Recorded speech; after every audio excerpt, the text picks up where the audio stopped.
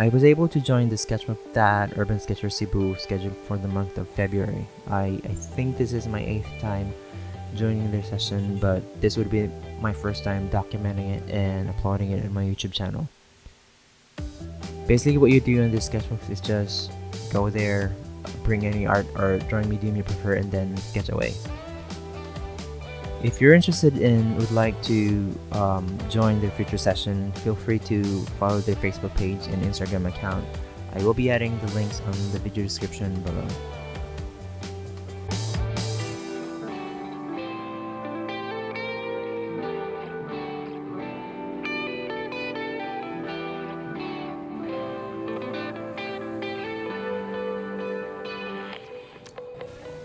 For February's location, we went to Plaza Barian, located across the oldest street in Cebu, which is Colon Street.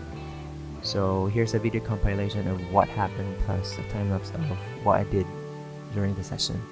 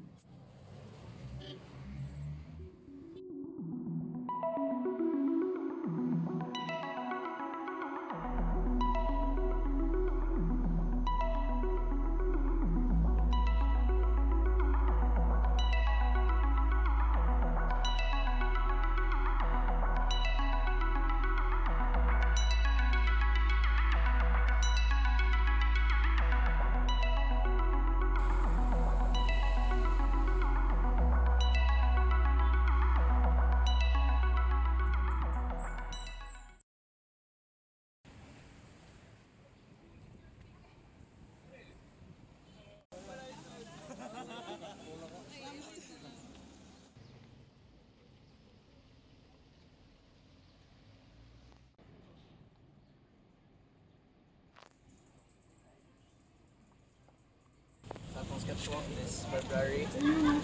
Await masad mo sa sunod na itong Sketchwalk. So, actually, Urban Sketcher is about having a place, gani. So, experience, gani. Ito siya i-transfer into sketches. So, ang goal right sa Urban Sketchers is to go in a place, then try to conceive it in our own sketches. Dili necessary nga kuhan mo na. As you can see sa all outputs, kuhan gid siya, diverse gid siya. Dili necessary nga watercolor ta na, sa lapis na. So let's just keep doing that. When you go to a place, try to sketch. Then hopefully you share it sa good. Okay, mora man ato ang kuhan. Dili man siya sa magamit, kundi sa nato i-share. Diba? So mora to. So kita tayo bago gani. Sige, bye. Sa 80. Focus ko sa point perspective yun. Okay. Architecture.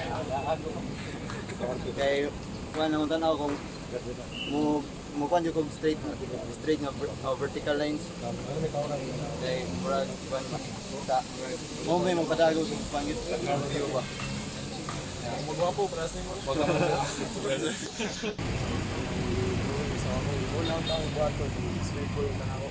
Sa last day na water. Pag-isag kayo achieve yung sleeping na ako, buwan na side. So,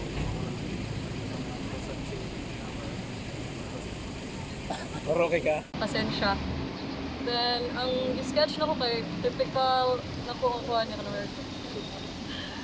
Wala. So, kung saan lang akong paglingkod yun.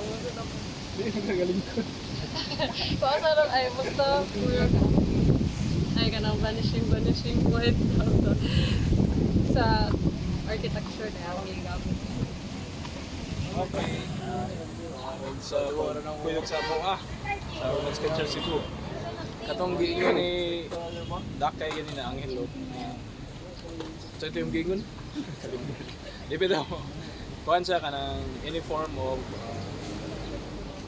visual artistry is okay. Whether if it's pen and ink, penciling, watercolor, kung na mag-oil bahala mo. So, pero ang amo ari good simple lang promote ang on location of plein air sketching, not necessarily painting. Ang importante kanang malingaw tagani, whether if it's personal or kuha na to atong mga amigo kanang higala. Mostly personal man gyud na ato am gyud ang outcome. Unsay outcome sa unsay atong gi-paint mo na atong outcome atong personality. Pero mas maayo ba nga nakagather na. The same intention. Mao gyud na malingaw. Then hopefully kung mao na makapa-progress na to pohon sa atong tumong to barong damgong ang artista o sa banaliha or naman na contribute sa to improve ta ba, so malipay ta nakasulti.